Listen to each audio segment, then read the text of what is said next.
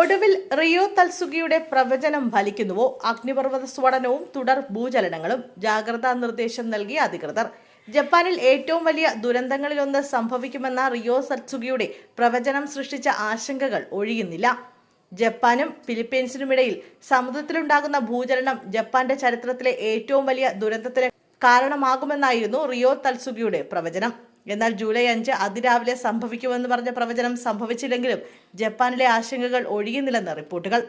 ഏറ്റവും ഒടുവിലായി ജപ്പാനിലെ മൗണ്ട് ഷിൻബോട്ട് അഗ്നിപർവ്വതം പൊട്ടിത്തെറിച്ച് മീറ്ററുകൾ ഉയരത്തിലാണ് ചാരം തുപ്പിയത്. ഇതോടെ പ്രദേശത്തു നിന്നും ആളുകളോട് ഒഴിഞ്ഞുപോകാൻ സർക്കാർ നിർദ്ദേശം നൽകി. അഗ്നിപർവ്വതം സ്ഫോടനത്തോടെ പൊട്ടിത്തെറിച്ചതോടെ മാങ്ക ആർട്ടിസ്റ്റ് റിയോ തൽസുഗിയുടെ വൈറൽ പ്രവചനം സമൂഹമാധ്യമങ്ങളിൽ വീണ്ടും ചർച്ചയായി. 2011 ഏപ്രിൽ 3 ശേഷം ആദ്യമായിട്ടാണ് അഗ്നിപർവ്വതത്തിൽ നിന്നും ഉയർന്ന ചാരവും പൊടിയും 3000 മീറ്റർ ഉയരത്തിലെത്തിയതെന്ന് ജപ്പാൻ കാലാവസ്ഥാ ഏജൻസി മുന്നറിയിപ്പ് നൽകുന്നു. കഴിഞ്ഞ 2 ആഴ്ചക്കിടെ ജപ്പാനിലെ കഗോഷിമ പ്രിഫെക്ചറിൽ വലുതും ചെറുതുമായ 1000-ഓളം ഭൂകമ്പങ്ങളാണ് റിപ്പോർട്ട് ചെയ്തത്.